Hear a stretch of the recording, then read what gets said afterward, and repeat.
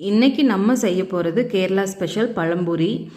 ஒரு ஈவினிங் டைமில் சூப்பரான டீ கூட இதை சாப்பிடும்போது டேஸ்ட் அட்டகாசமாக இருக்கும். அது செய்கிறதுக்கு ஒரு பவுலில் 3/4 கப் மைதா, 2 டேபிள் ஸ்பூன் அரிசி மாவு, 2 டேபிள் ஸ்பூன் சர்க்கரை, 1/4 டீஸ்பூன் உப்பு, ஒரு பிஞ்ச் அளவுக்கு சோடா உப்பு, 1/4 டீஸ்பூன் மஞ்சத்தூள் சேர்த்துட்டு எல்லாத்தையும் நல்லா ஒரு தடவை மிக்ஸ் பண்ணிவிட்டு கொஞ்சம் கொஞ்சமாக தண்ணி சேர்த்து தோசை மாவு கன்சிஸ்டன்சிக்கு கரைச்சிக்கலாம். மினிமம் அரை மணி நேரம், அதிகபட்சமாக 2 மணி நேரம் வரைக்கும் இந்த மாவை ஊற வைக்கலாம். அந்த கேப்பில் நல்லா பழுத்த நேந்திரம் பழத்தை எடுத்து இந்த மாதிரி ஸ்லைஸ் பண்ணி வச்சுக்கலாம். கொஞ்சம் திக்கான ஸ்லைஸாக இருந்தால் நல்லாயிருக்கும். இப்போ எண்ணெய் சூடானதும் நம்ம கட் பண்ணி வச்சுருக்கிற பழத்தை மாவில் டிப் பண்ணி போட்டு பொன்னிறமாக பொரித்து எடுத்தால் சூப்பரான கேரளா ஸ்டைல் பழம்பூரி ரெடி ஆகிடும்.